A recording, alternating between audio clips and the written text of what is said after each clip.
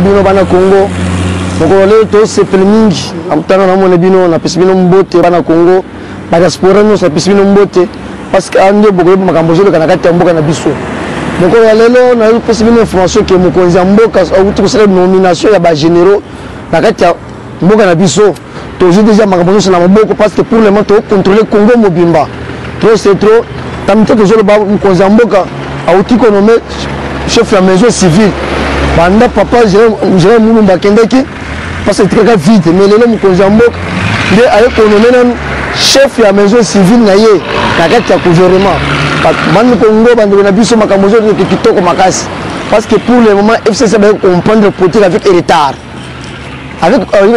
makasi parce que monsieur Kabila lui comme ça en vérité pouvoir sécurité mais bango na ba comprendre surtout monsieur Sadar na comprendre que pouvoir sécurité alors ça na makele na zo sala buzo ya pamba parce que pour le moment zo beto ndé ko sakana na zo bisebino ao bakote le niveau qui ngakati esimbité entre Shadari na Denis Kamba bazo kana te parce que ba sentir que te pouvoir sécurité déjà bakaba pouvoir te bakaba so oh tu peux pouvoir après moi bakaba pouvoir te bakaba pouvoir te parce que pour le monde toujours bakaba so beaucoup mokonzi mboka c'est niveau niveau ya Bruxelles yemoko na kati ya masolo ozonga na ye aseli makambo so peuplé deuxième chose chef de l'état voyager vers Brazzaville kuna abeti masolo na kati ya mboka na voyager yemoko sans ministre des affaires étrangères linko banini les diplomatie ya haute tension parce que pour le moment congolais va comprendre te marié besoin l'église même que l'église était or il y a église c'était langage politique parce que pour le moment mariage entre FCC na cache écosystème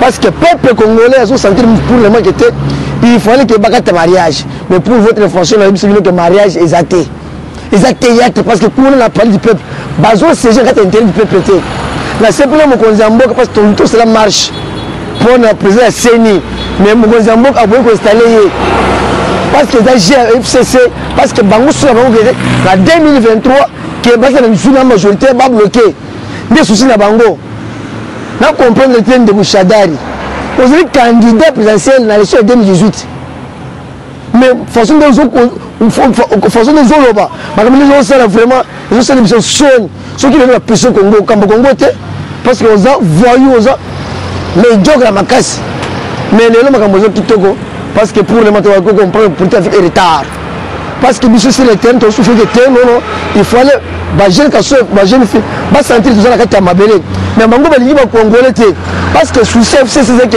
ba bloquer mon konzi mboko travailler te mais pour les gens zo mettre ndenge sakana te parce que diplomatie mon konzi mboko eza makasi après nous avoir réunion na ba généraux mais nomination après nomination parce que qu'on a est que eza makasi ce n'est pas que bazo tike ba congolais non parce que na est ba groupe ya ba rebelle za bien na est il compris na banamboka bango beza complice na makambo na est mais mokonzi mboka c'est pas la langage la zone pour le moment la société la chef de l'état te ti mon ticket le conseil na est ndenga que dire que vraiment je suis chef de l'état tellement déclaration parce que chef de l'état za déterminé pour na est nous ne pas na est vous avez bien te l'esprit mabe makasi parce que esprit tribal c'est tina kata est metal lelo frivole mbongo bino na kwa ça attaque paix spirituelle il y a ba congolais esprit tribal ya kosakana te mais lelo zo bundi kete il faut que ba nommer Jean-Pierre Mbemba na kata masolo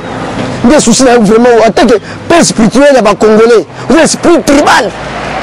esprit tribal attaque cardinal ça fait mal il faut démissionner ce n'est pas bien il faut que vraiment vous appelez à ba congolais faire l'esprit à ba congolais mais yo ligité souci que te moi na mboko fachi a échoué attaque tu cardinal faux cardinal esprit tribal koleka c'est pas possible on dit ba congolais de unis pour soutenir la vision chef de l'état en Congo mais non limité souci la vision que te ba nommer Jean-Pierre Mbemba la rete ya banque parce que Jean-Pierre Mbemba moi na moyimbi il va sentir politique vraiment na l'état politique moi ça changer mais na CPLT na gouvernement ba ko la réunion parce que évaluation pour la marche politique au sein de Manal il faut qu'on convoque Jean-Marc Kabunda pas convoquer la justice nous sommes de 8 et demi nous sommes pour la évaluation il y a marche politique pour saluer la 38 ans l'élite bobimba combattant ba congolais surtout ça l'évaluation après l'évaluation Kabila peut la justice c'est ça au tché parce que pour le moment tu mettre besoin de ça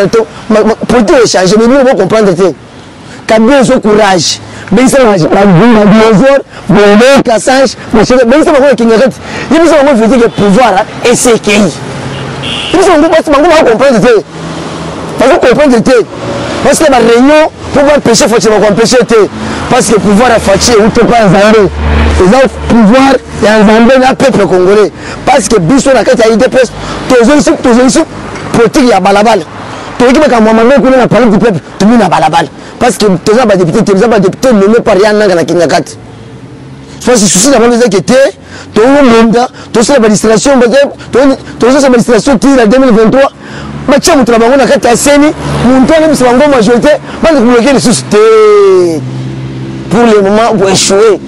Parce que ça langage, ça va pas être on a été, voter Kabango, tu as quelque part, tu as ridicule.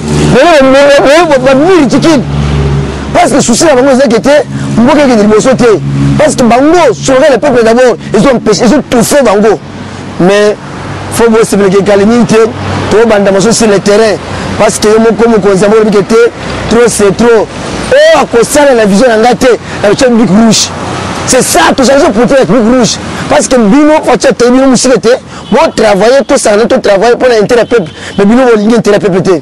Bino Bolinga intérêt individuel. Mais tous les moments de distraction, tous les moments de Moussala. Parce que pour un Congolais, ils vont sentir vraiment qu'il était FCC dans l'esprit à Mabé. Parce que quand FCC, ils ont travaillé en communication avant toi. Quelques personnes, elles vont sentir déjà. Après avoir trahi les Congolais, quand ils font un bon, ils vont faire un match à la balle. Ils vont faire un match à la balle. Parce que les 17 candidats, il y a 11. Il y a 6 candidats. Les 6 candidats, 3 personnes à Kassayen. Mais finalement, on a fait une réunion. À Diabouze, pasteur, il y a fait une réunion. Pour voter mon Kassayen. Parce que c'est le chef de l'État. C'est l'esprit tribal. Mais, à ce point, on a dit que Fatih Beton, Mobali, il était installation d'un nouveau président Séni et Kozalté. Parce que c'est contesté par le peuple. C'est le peuple qui battait le parce que c'est nous, ils nous pensent, on veut organiser les vraies élections à Congo, Bissot. Nous devons IDPS. Vous allez calmer, parce que monsieur Zobé a arrêté le terrain que monsieur a changé. Nous devons changer. Nous devons changer. Ils ont transition sans Félix, transition sans Kabila. Nous devons répéter qu'ils ont transition sans Kabila. C'est le président de Fatih parce qu'il faut Fatih installer ma Cambodie gouvernement qui tourne à Congo. Donc on va se dire vraiment à tout ça qui est en Bison. Bino bolingité, quand c'est toujours blocage, désordre, on voit que tu es réunion qui n'a quatre, on va mais les lots, on s'en dit déjà que tu es, on se dit que tu es là, c'est aussi maté. Bon, quand tu es négatif, tu es réunion pour empêcher Fatih aussi maté. Or que Fatih pour le moment, diplomatie, vous savez que côté diplomatie, Fatih Beto Mobali. Côté Kobina, il y a Martin Fayoul. Côté Moïbi, Jean-Pierre Mbemba. C'est ça ma commission de Canada. C'est pas que Bango Baye, pour que tu aies ce système, même Bango limité. Parce que la FCC, c'est toujours le système de la corruption. Dossier, il y a ministre de la Santé, de Téléténi. Le peuple congolais n'a pas expliqué bien. Il y a 27 millions pour la santé. Mais le ministre de la Santé, il va recevoir 3 millions. Mais peut-être millions à ils ont la prévention. Système de la corruption, système de la détournement. Le cabinet va changer. Attends, le PC Bango, il va changer. Parce que Bango, chaque fois, parce que toujours l'esprit de détournement. Bango, le système va changer. Mais le chef de l'État, c'est trop, il faut aller filmer le gouvernement. Au Salim Abé, Bakanjo, prison. Le 24, le procès Jean-Pierre Mbemba. Le procès Yakamer plutôt. Parce que pour le moment, Bandorangai, Bakanjo changé. Maboul, il était tourné, République du juge, oui. Au Salim Abé, justice. Au Salim Abé, justice. Au moins, je suis intouchable. Toi, tu es qui? Toi, tu es qui? Parce que pour le moment, vous savez, prison, c'est la communauté. Prison, c'est la communauté. Prison, c'est la dinosaure en grevette rouge. Tu as allé à Kabila, tu as la prison Makan. Ce n'est pas que tu es. Donc, tout ça, la politique, il y a changement. Vous avez changer. tout ça était on sait ok justice non limité mais état de droit exactement comme la dictature état de droit parce que c'est une chose tout état de droit au chef de l'état avec une dictature Fachi Leto avec dictateur Fachi Leto il a protégé état de droit la démocratie mais quand le président constitutionnel a mentionné le chef de l'état et parce que était vraiment dans un état de sécurité, c'est-à-dire quoi? FCC, mais ça va expérimenter la poison. Par exemple, on a la poison. Ceux qui ont même un poison. Nous avons éliminé les membres de FCC à travers le poison. Mais tu as pression. Ceux qui ont piqué le système de la poison. Mais avec Dieu, on a commencé à changer. Et puis, on a commencé à changer déjà. Parce que nous avons il faut aller tomber dans mon solo de A à Z. Au sein de tournement, mais na 5 millions de FCC, nous sommes l'État à zone salon en douceur. Ceux qui ont justice, après justice, ok, la prison. Nous sommes détournés et l'État est peuple congolais à zone c'est la pété. Ceux qui ont hésité, l'État lié.